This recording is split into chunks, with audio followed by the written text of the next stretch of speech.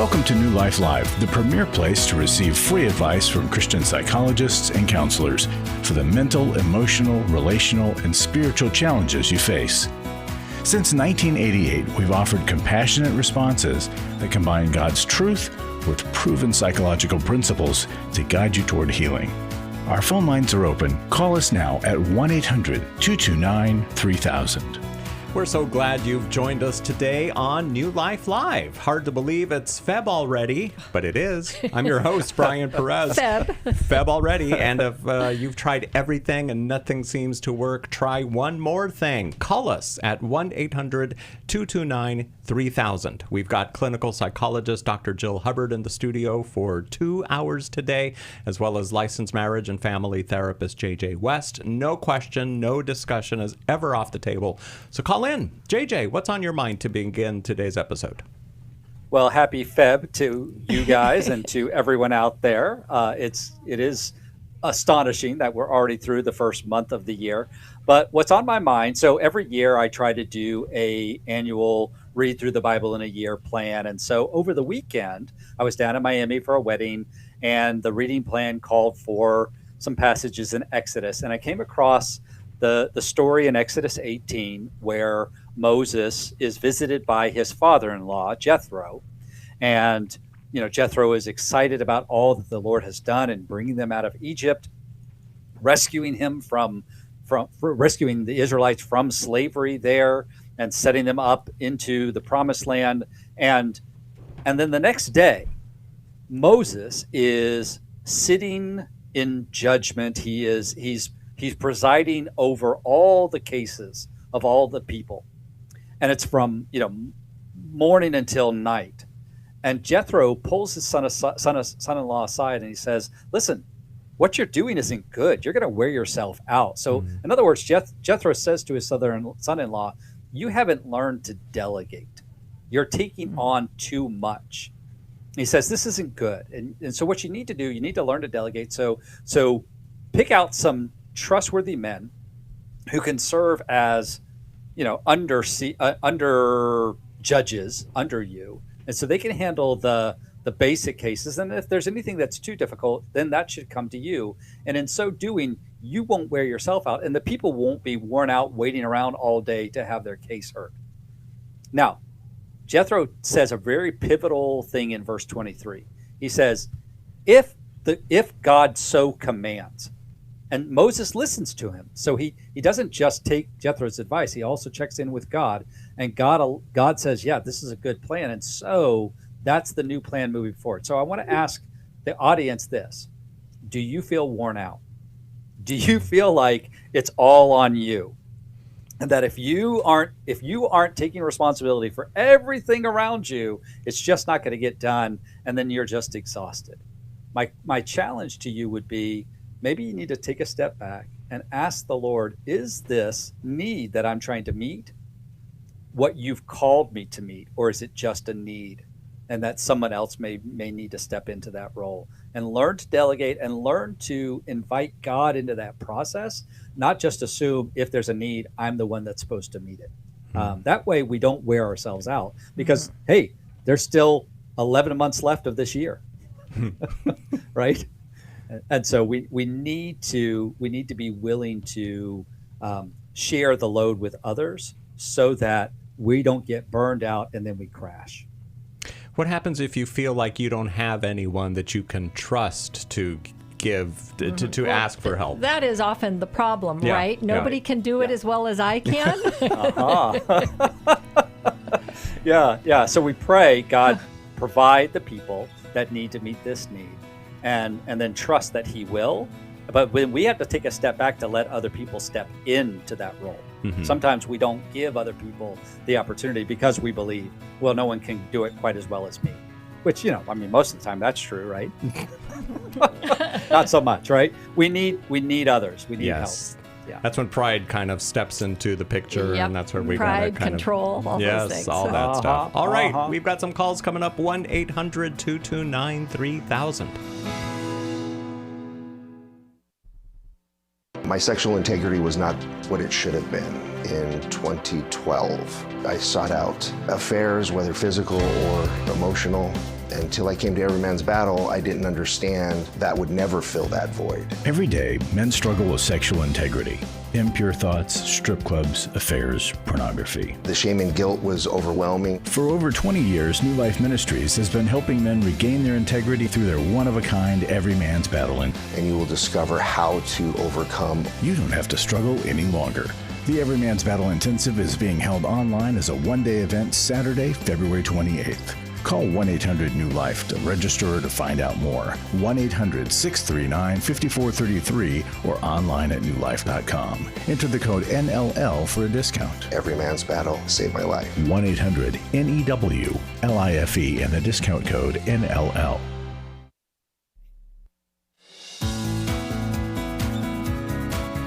To find out more information about New Life or to order any of the resources mentioned on today's program, call 1-800-NEW-LIFE. Now back to New Life Live. 1-800-229-3000 is the number to call. One call to New Life Live could change everything. So change everything by calling 1-800-229-3000. And if you're one of our monthly supporters, we're having our quarterly Zoom meeting tonight at 7 o'clock Central. If you're part of this group and need the link, call 1-800-NEW-LIFE right now so you can join. Our friend, Dr. Jim Burns, will be speaking on estrangement, and our friendly president, Becky Brown, will be sharing some exciting ministry updates. So again, this is for our monthly supporters. Get the link by calling 1-800-NEW-LIFE. It's happening tonight, so call right now, 1-800-NEW-LIFE. And if you want to talk to Dr. Jill Hubbard and Mark Cameron, I'm sorry, JJ West. Mark was here yesterday. He doesn't even Mark sound and I like look so Mark. much alike. We sound alike. We're basically the same person. I don't know what I was thinking. I guess I got Mark on my mind. I don't know. Yeah. But 1-800-229-3000 is the number to reach us here in the studio for the next 2 hours. And we're going to begin our time on the phones with Beth in Philadelphia, who's watching us on YouTube. So let's wave hi to Beth. Thanks, Beth, for calling in to 1-800-229-3000. How can we help you? Hi, yeah. So we have most of us, except for my daughter, have just been sick, like with the stomach bug, and she is really terrified of getting sick. She generally is a germaphobe to begin with, but she has like a big phobia of, throwing up, and to the extent that she hasn't wanted to sleep here the last couple nights. And so I don't know if this is something that we should look into getting more help for her, because I don't know. She struggles with wanting to, not necessarily always wanting to eat really her lunch or something, because she's not sure if she's feeling nauseous or, and so I just, worry for her health and things like that with her worries over being, getting sick. Yeah, Beth, when she was young, did she have a horrible experience vomiting? No. Okay. She didn't. Okay. I mean, most of us have had the experience, and none of us like it, right? Right. I But mean, she's been sick, but it wasn't, I don't think, horrible or anything. I mean, okay. She doesn't recant, that time when I was 5 and I threw up, and right? Mm-hmm. Okay. No. Okay. And have there been people around you that have had illnesses or have died or anything like that is kind of symbolic for her? No. Okay. Nope. Okay. So she has this fear of something invisible, germs, right? Mm-hmm. And it's focused on this area. And lots of us have issues that we try to control. That is never the main thing. But we think if we can control this, then we're going to be okay. So so it means we have to go a little deeper, though, because she's rearranging and organizing her life. And it's fine to avoid people who are sick and to not want to be sick. Right. All of that is fine. But you're telling me it's a next level, right? Where she is, it's affecting her day-to-day life and how she organizes her life? Is that what I'm hearing? Yeah. I mean, I think she can sometimes distract herself and things, but... Okay. Yeah. Okay. So when it starts to become phobic, then, like I said, we have to look a little deeper. And so how open is she to talking about her fears with you? Oh, she'll tell me, I was laying in bed worrying all night, or not, until she fell asleep or whatever. Or, she'll tell me that she has worries a lot, and shares them with me. Okay. And I just feel like I don't know how to. Okay. And so a lot of times, though, we stop at just the fear. I'm afraid of this. Okay. But then what's next? How will that fear affect her? Right? What will happen? And is there anything that she can do to help her fear? Because a lot of times we go into avoidance mode instead of, what is my real fear? And then what can I do about it? Does this affect her at school? Oh. I'm sorry, what? Does this affect her at school?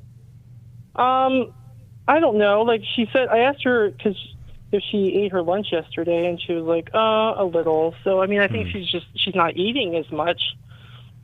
Beth, how old is your daughter? About this. She's 11. Oh, she's 11. Okay. Yeah. Mm-hmm. Okay. Yeah. Yeah. Okay. So you said that sometimes she is able to distract herself. Mm-hmm. There's a whole counseling theory, solution-focused therapy that asks the question, when is the problem not a problem? What's the exception to the rule? And then what's different about those exceptions? Okay, so when she's able to distract herself and not let the fear of having to throw up, she's able to distract herself. What's different about those times? What does she do to distract herself?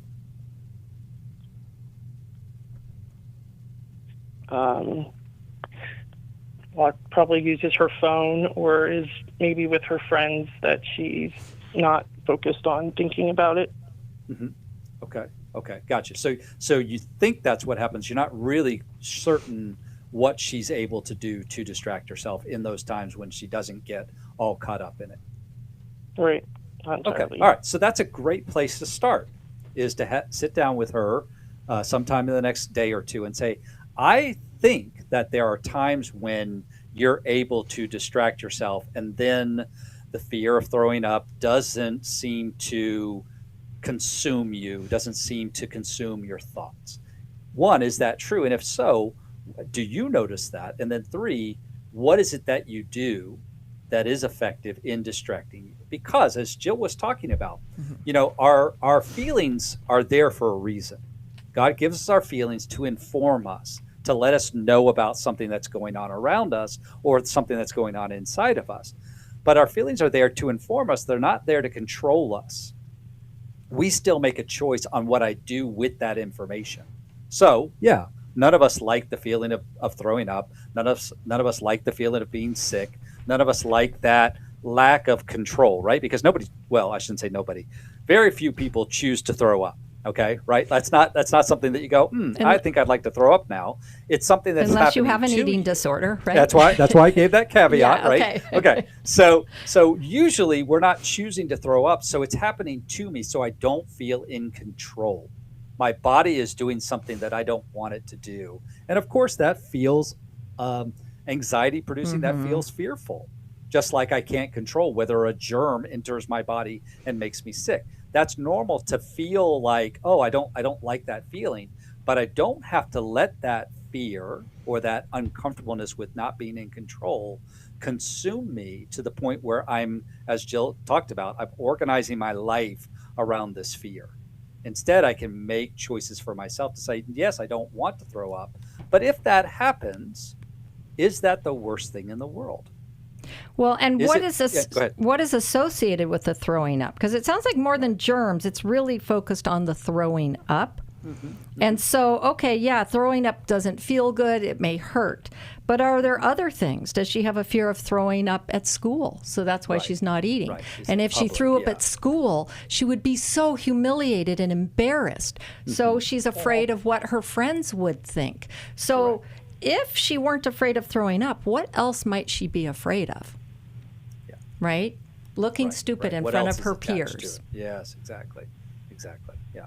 Yeah, and so it's having that conversation with her to help her to dig into what's underneath Yeah. that? Is it simply just, I don't want to throw up because that feels awful? Or is it that, I'll be embarrassed, or I'll be in pain, or I just don't like not being in control? And 11, she's becoming more peer focused, right? So those are often driving forces. Sorry, JJ, go ahead. No, that's about all right. I was just going to ask Beth, so at 11, she's asking to sleep elsewhere because she doesn't want to get sick. Is that an option? Do you have relatives? My parents are 5 minutes away. So she, Oh. like last night, because she came home from a retreat and found out that we were sick. And so she, stayed there last night. And, so she's just trying to say, which I get, but overall, she is kind of a germaphobe. She'll come home, wash her hands. Like, her hands bleed and are cracked in the winter because she's washing them all the time. So that is more of a problem. So, very concerned about just getting sick in general. I'm wondering, too, because we've all had that. Well, that becomes, falls into a little bit of an OCD category, obsessive compulsive disorder. And I wonder if anyone else in your family has that, because it is quite hereditary. So I know my husband's grandmother was very OCD. Okay. I think she was diagnosed. Okay. And so if she has anxiety too, underlying, it's that feeling of out of control, and we can't control what we can't see. So going to great lengths. So she may kind of have a tendency to be like that. And part of that, in dealing with that, again, is having to lean into the fear. And there's a lot of treatments that do exposure with response prevention. In fact, that's a form of therapy. And so the fear of she's going to get sick, but then not washing her hands and having to sit with that. Now, that might be, too much for her, but along those lines, having to realize, okay, we get sick, but then we get better, and that we can't control every variable is something she has to learn. But for some people, they need to eventually go on medication because the thoughts are so intrusive. So it's something to be monitoring, and at some point, talking with your doctor,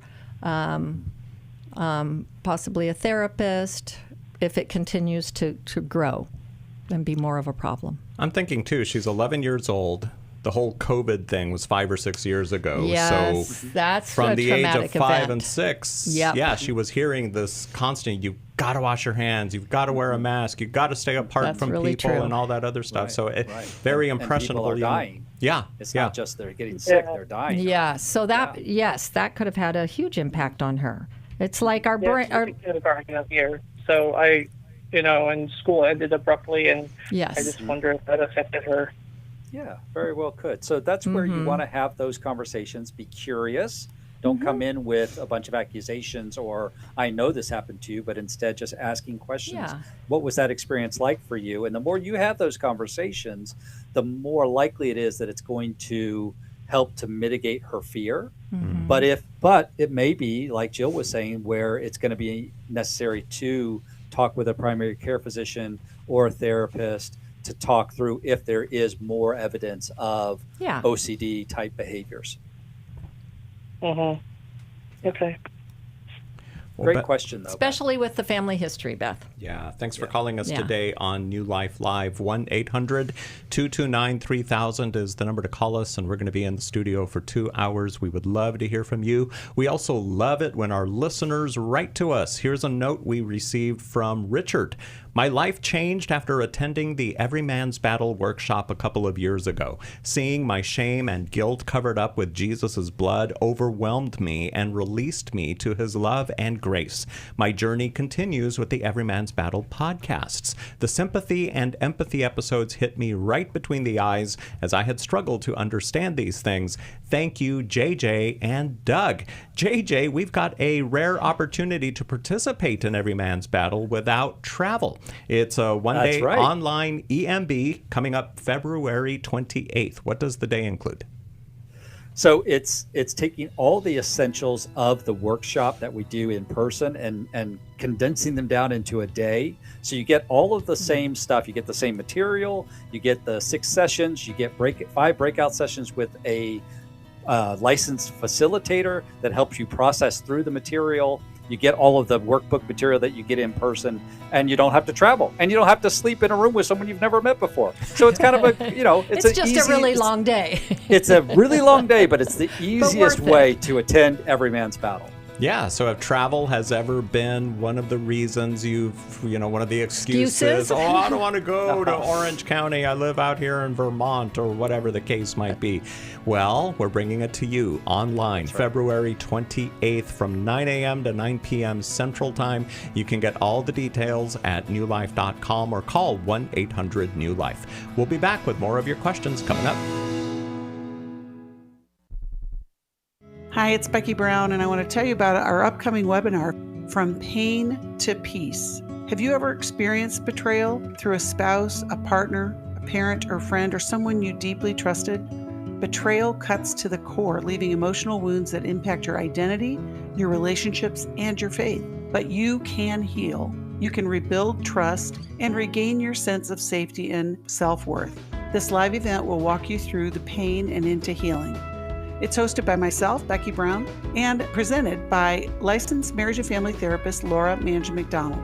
Laura will present for about an hour, and then we'll have a time of Q&A. The From Pain to Peace Healing After Betrayal webinar is Thursday evening, February 26th. Call 1-800-NEW-LIFE or go online to newlife.com. Break free from trauma and emotional confusion and take real steps towards restoration. 1-800-639-5433.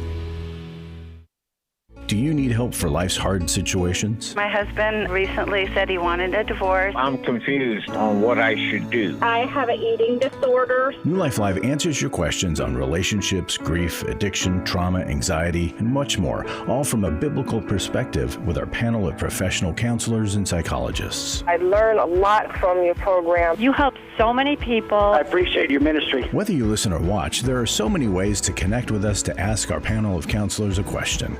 Call us Monday through Wednesday at 1 p.m. Eastern, 10 a.m. Pacific at 1-800-229-3000 to ask your question on New Life Live. Or go to newlife.com/radio for other ways to get your question answered. I'm trying to find help. I just want to know how to set boundaries. If it's a sin, what am I supposed to do? Need a therapist or a coach, a resource, or an intensive? Call us at 1-800-NEW-LIFE. That's 1-800-639-5433. 1-800-NEW-LIFE.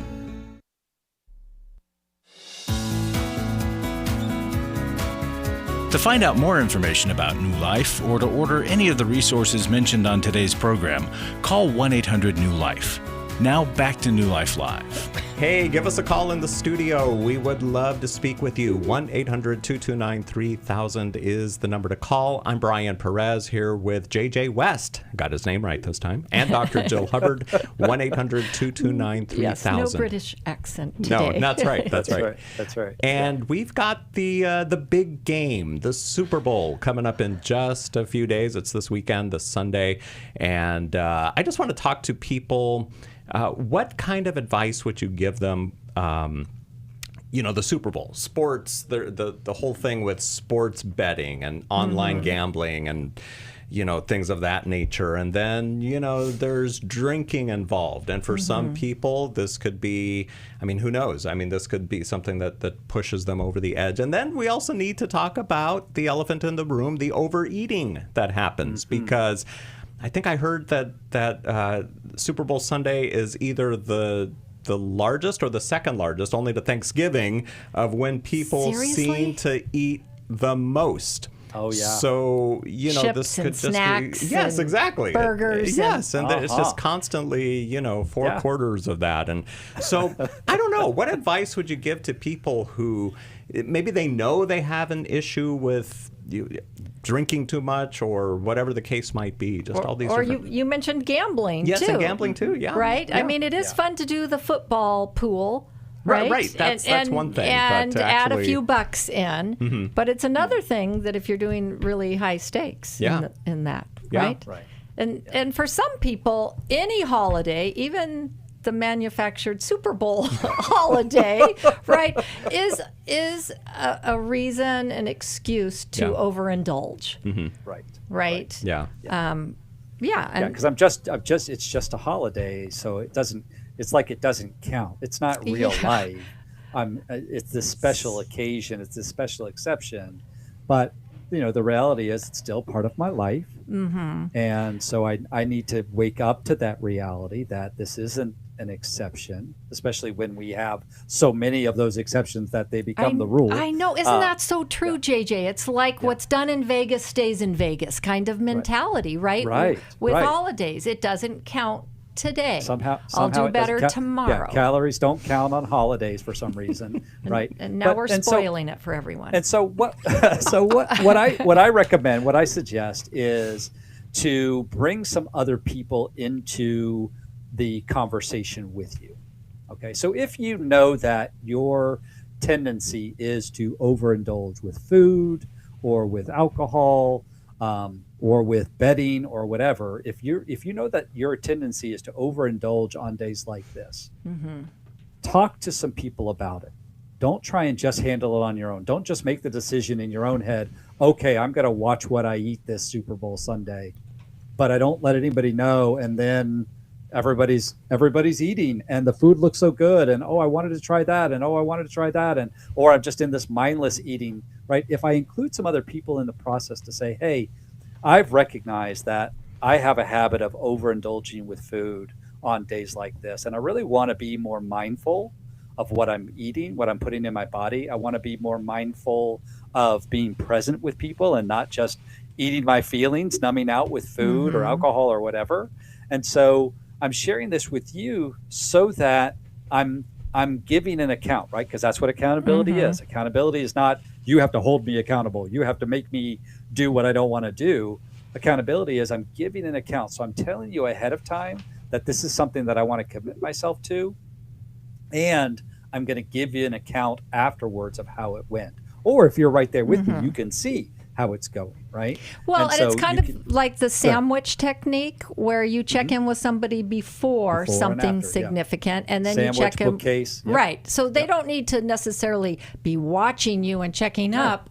You are choosing, right? That's right. To be accountable to a person. And sometimes it doesn't go so well, and then you can talk through with them why it didn't go so well. But I think an added piece to that that goes along with any like holiday, people getting together, that tends to trigger a lot of anxiety is social anxiety. Showing up and being with people, or if you're home alone and you didn't get invited to that party or whatever. I think we have higher expectations for special events and holidays that sometimes make us feel not so great. Yeah. Like this has to be great because it's the Super Bowl, right? Or it is a real holiday like Christmas or Thanksgiving or whatever, right? And so we do kind of set these high expectations. So again, having those conversations with others can help me to bring the expectation down to a more realistic level, right? Like I hope to have a good time. I want it to be a great time, but it might not be a great time. Doesn't have to be the best time. It can just be a nice time. Right, exactly. And if I don't get invited to the party that I wanted to, well, what else can I do? Could I invite a couple of friends over and just enjoy the game with them or the holiday with them or whatever, right? So it's adjusting those expectations so that I don't just sit there being miserable, or I'm sitting in the anxiety of, oh gosh, what if this doesn't go according to my plan? Right. And for me, I need to look up and see who's even in the Super Bowl so that I at least go and I'm a little prepared. So I have to do a little homework before. I think it's the Yankees versus the Lakers this year. Yeah, right? something like that. Yeah. Joking. Seattle versus New England. That much I do. Right. That's correct. So let me point you to an article that you can read on our website, newlife.com, if you have a problem with gambling. It's called 3 Steps to Getting a Grip on a Gambling Addiction. You can find that at newlife.com. And if eating disorders, if that's something that you struggle with, you can call us at 1-800-NEW-LIFE and ask for the tip sheet called 4 Ways to Break Free from Binge Eating. We'll be back here on New Life Live, 1-800-229-3000. 90% of Christians have trouble with sex, have trouble with marriage, have trouble with communicating, because we were not ever taught practical, basic things about intimacy, about marriage, about sex. We did a huge disservice to ourselves. When you come to intimacy and marriage, you're going to be immersed into a 3-day process. They taught us a ton of skills about connecting, about how to really help each other to feel seen and heard. If you've thought, I don't think we can ever change, we're just in this rut and we can't get out, the Intimacy in Marriage Workshop can help you get out of the rut. The Intimacy in Marriage Weekend is February 13th to the 15th in Orange County, California. Register online at newlife.com or call 1-800-NEW-LIFE and use the code NLL for a discount. 1-800-639-5433. I think if everyone came earlier rather than later, they could save themselves years of misery and misunderstanding. There's a place where real healing begins, where truth meets grace, and where transformation starts. New Life Recovery Groups offers a Christ-centered, supportive community for growth, healing, and restoration. Built on a proven 12-step foundation and grounded in biblical truth, these groups help bring clarity, accountability, and lasting hope for those who are ready for change. And when deeper personal guidance is needed, one-on-one coaching and counseling are available, walking with you every step of the way. Here, lives are renewed, stories are rewritten, and hope is restored. You're not alone. You're not judged. You're welcomed into a community that believes God is still at work in your story. Take the next step toward healing. Join a New Life Recovery Group today, online or in person. Visit newlife.com/groups or call 1-800-NEW-LIFE. Find healing, find community, find new life.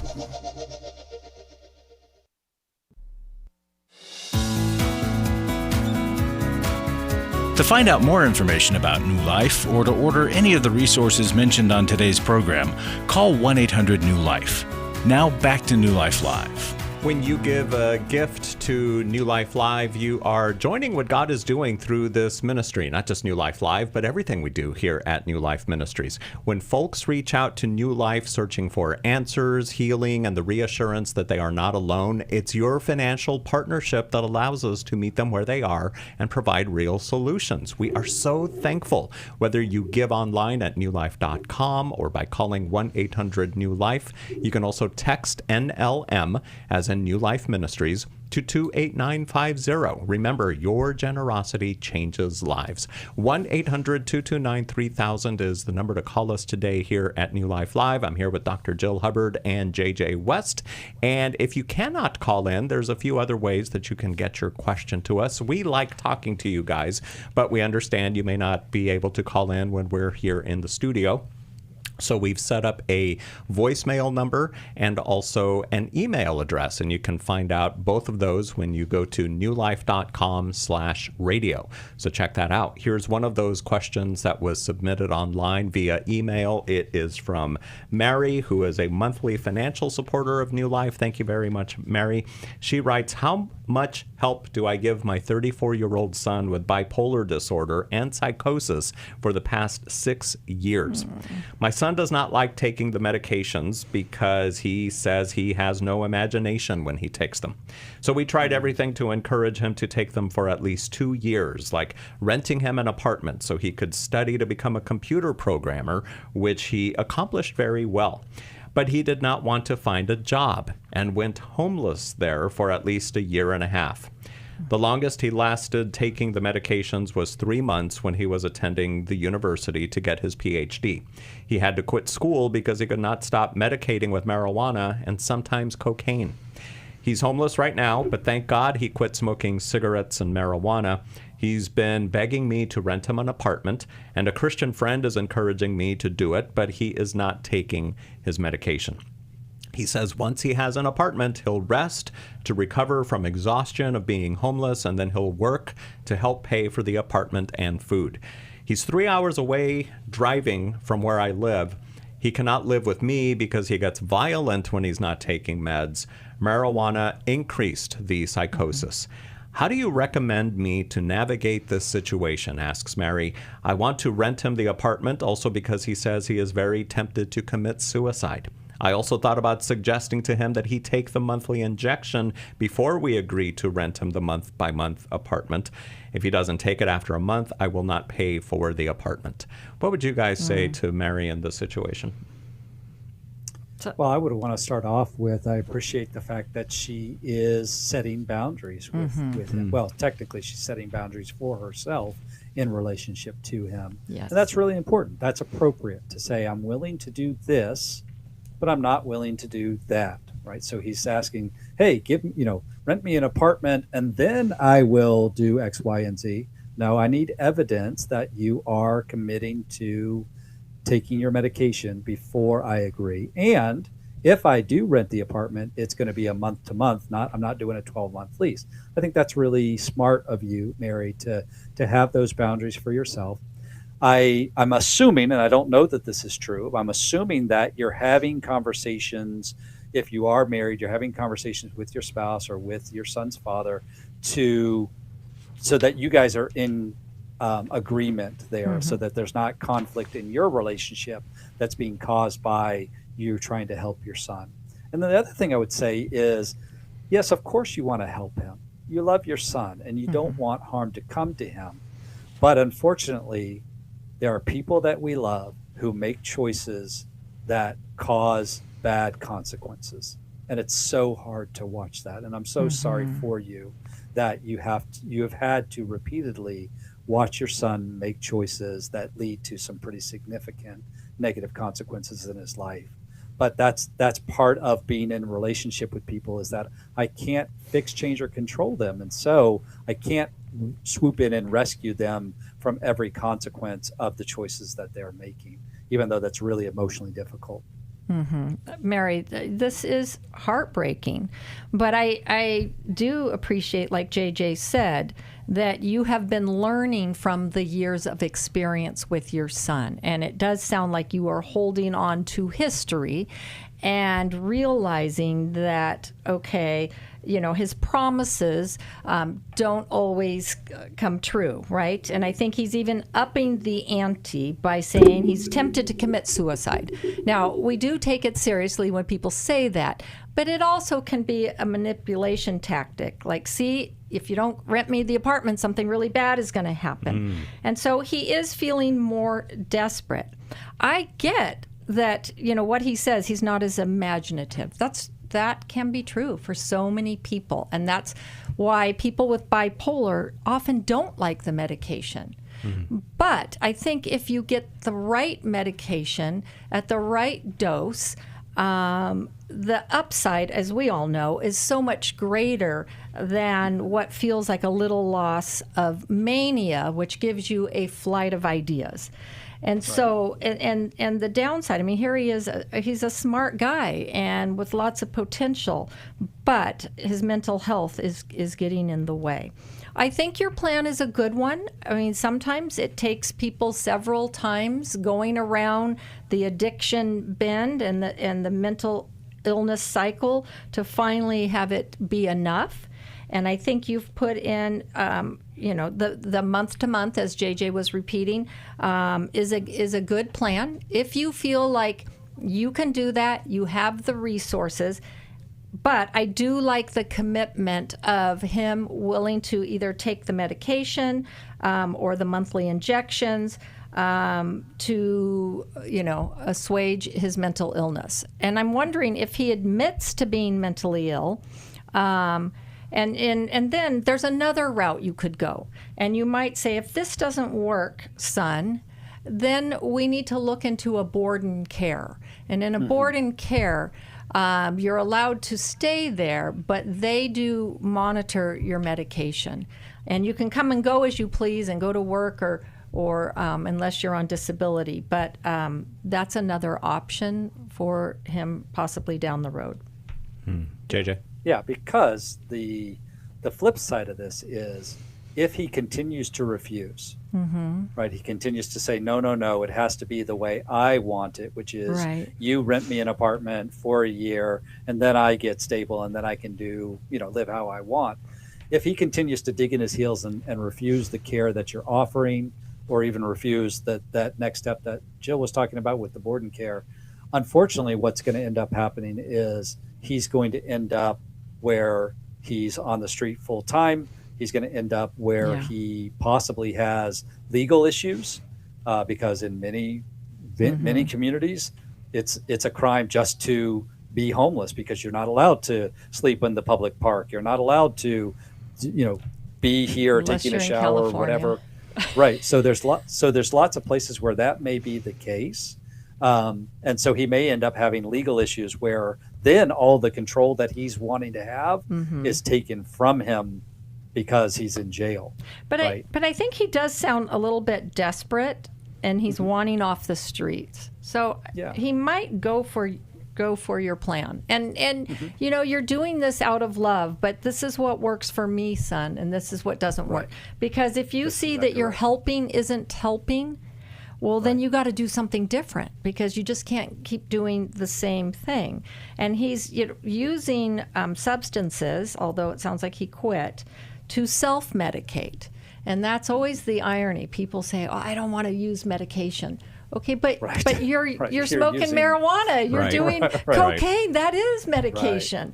Right? So the irony and it has of a that. different side effect, right? So maybe the OCD medication, the bipolar medication limits your imagination, your creativity, but the marijuana, especially if it's laced with stuff, which most of it is, it's inducing this rage where you're violent, right? So, you're picking which consequence or you're psychotic. Or you're psychotic, right? Exactly. Yeah. And so you're picking which consequence is acceptable to you and which isn't. That is true. It's so difficult for parents to see their kids going through something like this, and they just want to help. And, moms especially, they just feel that I can't have my son living on the streets or anything. And I think sometimes, and I'm not saying this is the case with Mary, but maybe guilt plays into it as well, because they start thinking, what did I do wrong? What did I do wrong? Right. So instead of, there's so many other factors. And by the time they're 34, right, they're making a lot of their own decisions. And the mental illness is talking through him. Right? But so many people live with bipolar and are able to manage and control the episodes and, live regular lives. So there is hope if you can get them to that point of acceptance. Mary, thank you so much. Maybe reading. I was just going to say maybe reading, doing life with our adult children, or loving someone with a bipolar disorder. Helpful. Doing Life with Your Adult Children is available for purchase in the newlife.com store. Mary, thank you so much for submitting your question online and for being a monthly financial supporter of New Life. Megan, you're next on New Life Live. My husband addicted to pornography for the majority of our marriage. I was very isolated and didn't really know which way to turn. If you've been affected by betrayal, an emotional or physical affair, or pornography, the Restore Intensive will equip you with support and tools to help you through. I went to the Restore conference, which seems to be the missing puzzle piece where I was able to find my voice. When two people want to do their part, we can be restored. But if they don't, we are not stuck because someone else made a decision. God lets us weigh in on how we want to walk out our life. The Restore Intensive is coming to Dallas, Texas, March 6th to the 8th. Register online at newlife.com or call 1-800-NEW-LIFE. Enter the code NLL for a discount. I'm navigating my world now. It feels so wonderful. I've had a great experience at Restore. 1-800-NEW-LIFE and the discount code NLL. For over 35 years, New Life has been the most trusted name in Christian counseling. Your ministry has saved my life. If you struggle with emotional hurt, family or marriage problems, the pit of depression, or the pain of addiction, we can help. I'm down 100 pounds now from what I was. I found a counselor through New Life Ministries, and it's just been outstanding. Our treatment programs provide clinically appropriate solutions from licensed professionals, all in a biblical framework. I have had problems with alcohol. I think God has ordained this place to be His is. You don't have to be a prisoner of your pain. Help is available at 1-800-NEW-LIFE. She tells me that I'm a new man, and I feel like a new man. It worked for me, and it can work for them too. This time it is different. If you're ready to take the first steps toward genuine spiritual and emotional healing, call us today at 1-800-NEW-LIFE. God can open the door for a better tomorrow. To get someone that's competent, that's good at what they do, it's been like day and night compared to what I've had before. Call 1-800-639-5433.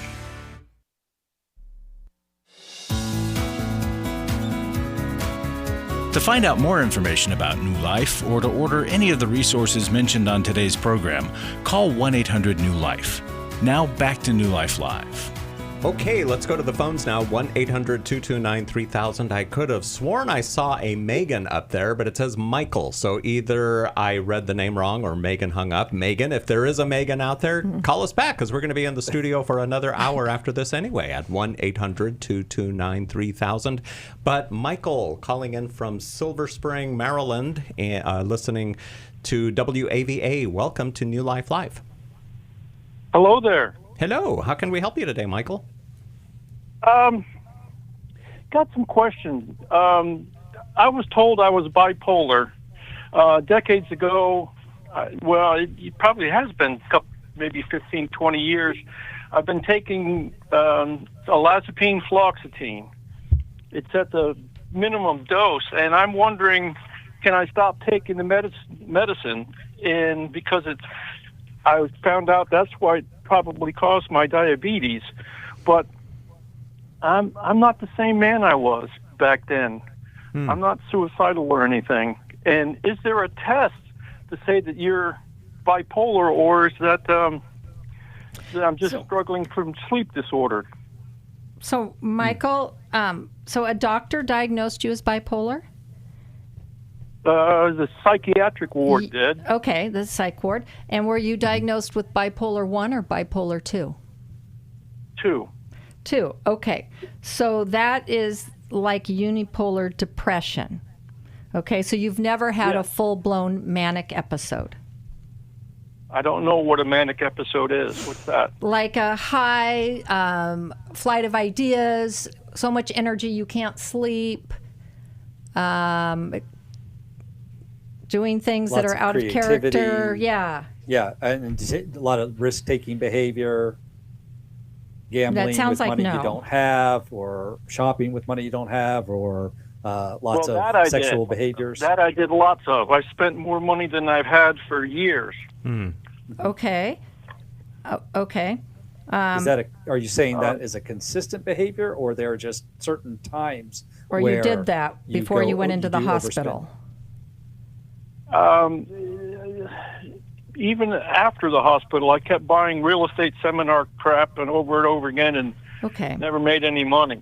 Okay. Well, and sometimes, so, but it sounds like they gave you the diagnosis of bipolar 2. So what bipolar 2 can be, it's the depressive side with hypomania, which isn't a full-blown manic episode that makes you almost psychotic, but it's times of feeling, like extra good, and maybe that's when you've been doing the spending.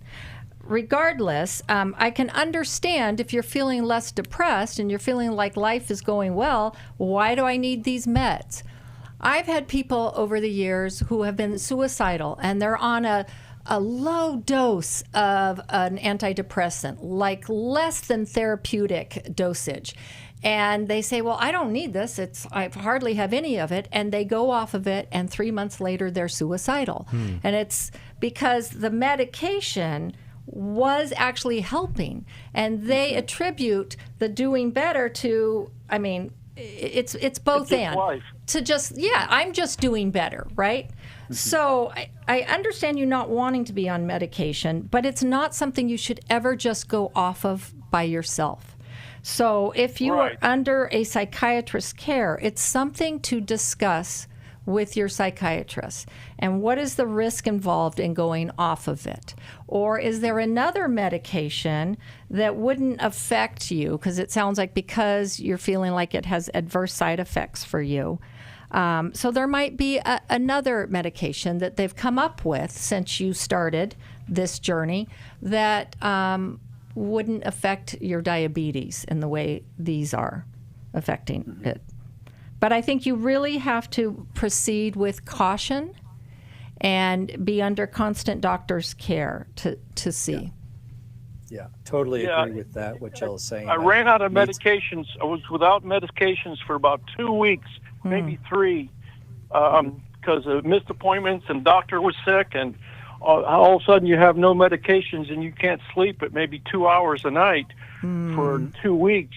You get in bad Loopy. shape. Yeah. And Yeah, that lack of sleep. Not the loopiness, but the So you're saying, Michael, that when you were Michael, you're saying that when you were off of the medication for 2 or 3 weeks, it caused you to be sleepless.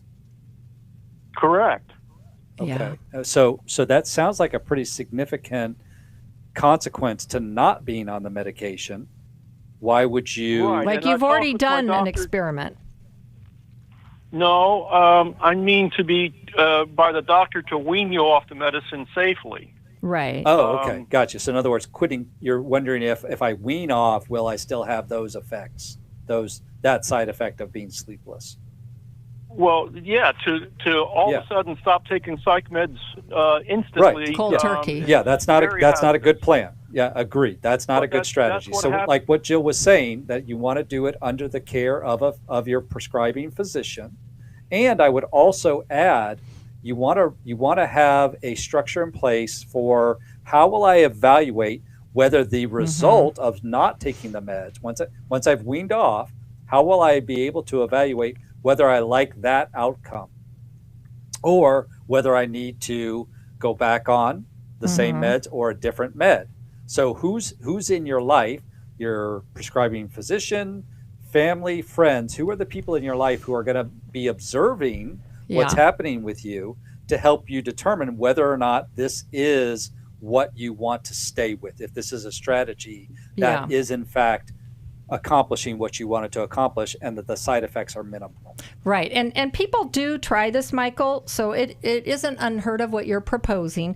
But yes, weaning very slowly, constant appointments with the doctor, and yes, definitely your spouse or whoever is closest to you and sees you regularly, have them almost go with you to the doctor to report what they are seeing. Because sometimes as individuals, we don't see and realize the impact on the people around us, and they see it more clearly. So I think that would be helpful. What do you think, Michael? I think I was committed to taking the medicines. I talked with the doctor in December, and he's just giving me a pass. Oh yeah, you're doing great. Here's your meds, and see me in 3 months, kind of doctor. And I told him, I said, I'm not so sure about this, and told him I really wanted to check in with him on January, although I haven't done it this month, January, right already. You wanted to check in with him about the idea of going off of the meds. Right. And he said he could do that. Okay. But, all right. So, I'm afraid so he's open to that conversation. If you take it off the meds and start to get on the medication merry-go-round, I was afraid of that. Well, yeah, I guess you have to ask yourself, what's the upside and what is the downside? Because these medications have helped you with the bipolar symptoms, but they're causing other things. So that has to be weighed out, cost benefit always. There's no perfect medication. Michael, thank you so much for your phone call today here on New Life Live. We appreciate your listening to us there in Silver Spring, Maryland on WAVA and calling in today. Now, we're going to be in the studio for another hour. So if you want to talk to Dr. Jill Hubbard or JJ West, 1-800-229-3000 is the number to call. If you're watching on Facebook or YouTube right now, the lines are open for you as well. We would love to hear from you. We love that you guys chat amongst each other there on the social media streams, but we want to chat with you too. So So call in. We would love to talk and figure out how we can help you with whatever it is that you're going through. The number again is 1-800-229-3000. For Dr. Jill Hubbard and JJ West, I'm Brian Perez, and we'll talk to you next time on New Life Live. Thanks for listening. We hope this program has helped you by giving you insights for handling the challenges you face in your life. We want you to know that we're here for you, but you also need to know that New Life Live is a listener-supported ministry. To make your donation or to get any of the resources mentioned on today's program, call 1-800-NEW-LIFE. That's 1-800-639-5433 or online at newlife.com. Please join us again tomorrow for New Life Live.